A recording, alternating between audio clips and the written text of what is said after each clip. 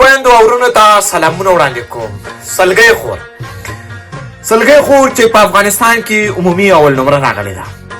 د ټولو خویندو ورونو څخه خواهش کوم چې څومره دا ویډیو شیر کولی شي در سره شیر کړئ تر څو پورې دا زما پیغام دې مشرانو ته ورسېږي. هی خورې اول خو موږ تا نه بخښنه غواړو. موږ ډېر کمزوري یو موږ پښتانه، ځکه موږ تا ته حق نشو غوښتلی. صفا خبر دله وکړه. په افغانستان کې پښتون سره همیشه ظلم شوی دی. خورکۍ پروسه کال زمونږ یو دري زبانه خور اول نمره راغلی وه چې ما یم غږ پورته کې چې باید دا وستایل شي، نورو افغانانو یم غږ پورته کې. خو کله چې سلګۍ خور په افغانستان کې عمومي اول نمره راغله ما پوسټ د مبارکۍ ورکړی، زه چوپ شوم. نور ما یې اوس زه ګورم چې دا مشران دا ستایي او که نه ستایي.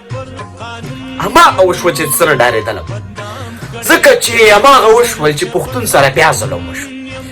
زه دا منم چې زه د خوږیاړو یم یا دا زه دا منم چې دا د لغمان د افغانه خو ده که نه حق کوی راباندې ده که نه الله تعالی ته به څه جواب ورکوو. زه دا منم چې حکومت بدل شوی د هغه مشران خو په افغانستان کې شته که نه. اوس به ما ته خلک وایي چې هغه مشران خو نشته په افغانستان کې. کرزی صاحب خو شته که نه، عبدالله صاحب خو شته که نه، نورو مشران خو شته که نه. عمومي اول نمره راغلې ده. زنانه ذات دی، د نارینه نه دا مقام ګټلی دی. زموږ دپاره ویاړ خبره ده چې خورکۍ اول نمره کېږي. د ویاړ خبره ده. خو غږ خو یې په موږ باندې حق دی چې پورته یې کړو که نه، چې پروسه کالم د یو دري زبانې خور غږ پورته کولو په موږ باندې حق و. راشه اوس د خپلې پښتنې خور غږ پورته کړو، باید ورته پوره حق ورکول شي، باید وستایل شي. خلکو ته پکې کورونه ورکوي، غټې غټې بنګلې خلکو ته پکې ورکوي. خو زما خورکۍ دې صرف رسنیو سره مرکه کوي. د رسنیو نه زه ډېره مننه کوم، خو دا زموږ مشران څه شوي دي. زه دا منم چې حکومت بدل شوی دی. دا نوی حکومت چې راغلی دی دې کې چې کوم مشران دي، تاسو که چېرته زنانو ته حقوق ورکوئ، خورکۍ ښایسته حجاب کړی دی، باید تاسو ورته حق ورکړئ، باید ویستایئ. باید په افغانستان کې تعلیم مخکې لاړ شي، باید قلم ونه غورځېږي. د ماشینې په ځای باید چې کوم زموږ را روان نسل دی باید قلم ورته په لاس کې ورکړو. دنیا موږ په یو ښه نظر باندې وپېژنو. زما د خبرې چې دي که نه په بعضو باندې بدې لګي.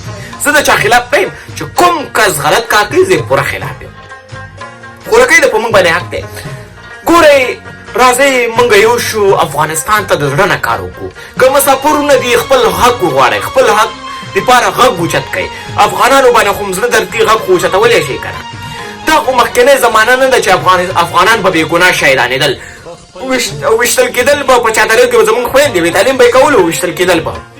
نن سبا سوشل میډیا ده چې کوم کس غلط کار وکړي، د هر یو حکومت کس چې کوم غلط کار وکړي هغه سوشل میډیا ته راځي، هغه پټېږي نه.